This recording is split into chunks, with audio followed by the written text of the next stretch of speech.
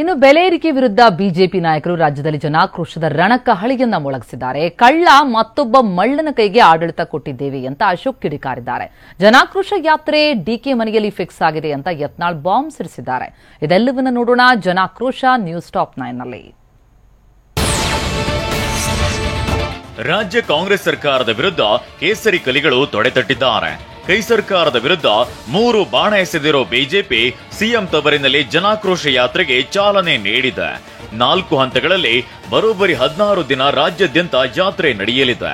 ಮೈಸೂರಿನ ಲಷ್ಕರ್ ಮೊಹಲ್ಲಾದ ಅಂಚೆ ಕಚೇರಿ ಬಳಿ ನಗಾರಿ ಬಾರಿಸುವ ಮೂಲಕ ಕೇಂದ್ರ ಸಚಿವ ಪ್ರಹ್ಲಾದ್ ಜೋಶಿ ಚಾಲನೆ ನೀಡಿದ್ದಾರೆ. ರಾಜ್ಯ ಕಾಂಗ್ರೆಸ್ ಸರ್ಕಾರದ ವಿರುದ್ಧ ಕೇಸರಿ ಪಡೆ ಸಮರ ಸಾರಿದೆ. ಸಿಎಂ ಸಿದ್ದರಾಮಯ್ಯ ತವರು ಜಿಲ್ಲೆಯಲ್ಲಿ ಬಿಜೆಪಿ ನಾಯಕರು ರಣಕಹಳೆ ಮೊಳಗಿಸಿದ್ದಾರೆ.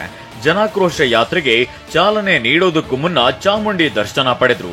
ಯಾತ್ರೆಗೆ ಎಂಟ್ರಿ ಕೊಟ್ಟ ಘಟಾನುಘಟಿ ನಾಯಕರು ಅಶೋಕ ರಸ್ತೆ ಮೂಲಕ ಗಾಂಧಿ ವೃತ್ತದವರೆಗೆ ಮೆರವಣಿಗೆ ಮಾಡಿದ್ರು.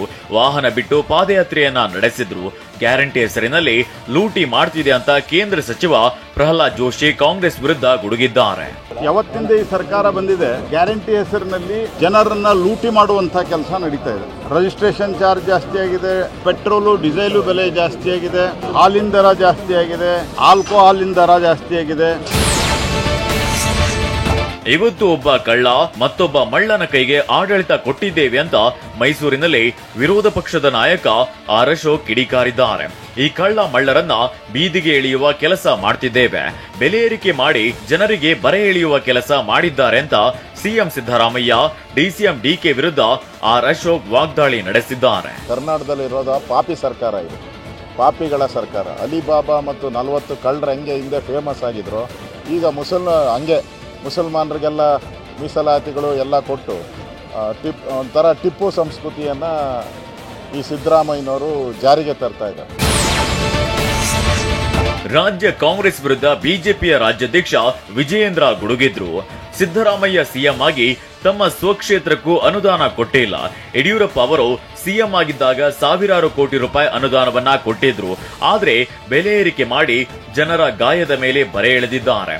ಇದು ಅಭಿವೃದ್ಧಿ ಶೂನ್ಯ ಸರ್ಕಾರ ಅಂತ ವಿಜಯೇಂದ್ರ ಅಬ್ಬರಿಸಿದ್ರು. ಕಾಂಗ್ರೆಸ್ ಸರ್ಕಾರ ಆಡಳಿತಕ್ಕೆ ಬಂದಾಗಿನಿಂದ ಅಭಿವೃದ್ಧಿ ಅಂತಕ್ಕಂಥದ್ದು ಏನೂ ಇಲ್ಲ. ಇವತ್ತು ರಾಜ್ಯದಲ್ಲಿ ಎಲ್ಲ ಶಾಸಕರು ಪರದಾಡ್ತಾ ಇದ್ದಾರೆ. ಬೆಲೆ ಏರಿಕೆ ಅಂತೂ ಜನ ತತ್ತರಿಸಿ ಹೋಗಿದ್ದಾರೆ. ಇವತ್ತು ಬಿಜೆಪಿ ನಾಯಕರೆಲ್ಲ ಕಾಂಗ್ರೆಸ್ ವಿರುದ್ಧ ಬೆಂಕಿಯುಗುಳುತ್ತಿದ್ರೆ ಅತ್ತ ಬೆಳಗಾವಿಯಲ್ಲಿ ವಿಜಯೇಂದ್ರ ವಿರುದ್ಧ ಯತ್ನಾಳ್ ಗುಡುಗಿದ್ದಾರೆ. ಜನಾಕ್ರೋಶ ಯಾತ್ರೆ ಡಿಕೆ ಮನೆಯಲ್ಲಿ ಫಿಕ್ಸ್ ಆಗಿದೆ ಅಂತ ಬಾಂಬ್ ಹಾಕಿದ್ದಾರೆ.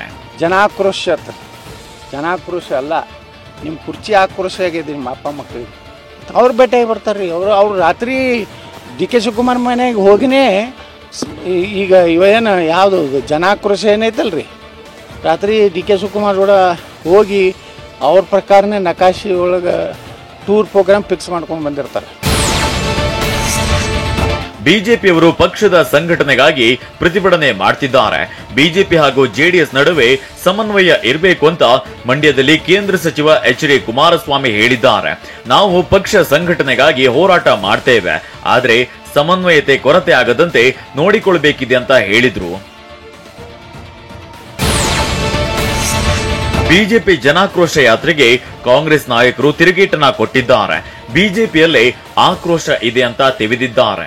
ಆಕ್ರೋಶ ಏನಾಗಿದೆ, ಯಾಕೆ ಮಾಡ್ತಾ ಇದ್ದಾರೆ ಅಂದ್ರೆ ಬಿಜೆಪಿಯಲ್ಲಿರುವ ಆಕ್ರೋಶಗಳನ್ನ ಮುಚ್ಚಾಕ್ಲಿಕ್ಕೆ ಮಾಡ್ತಾ ಇರೋದು. ಆಕ್ರೋಶ ಅವ್ರಿಗೇನಾಗಿರ್ಬೇಕು, ಜನಕ್ಕೇನಿಲ್ಲ.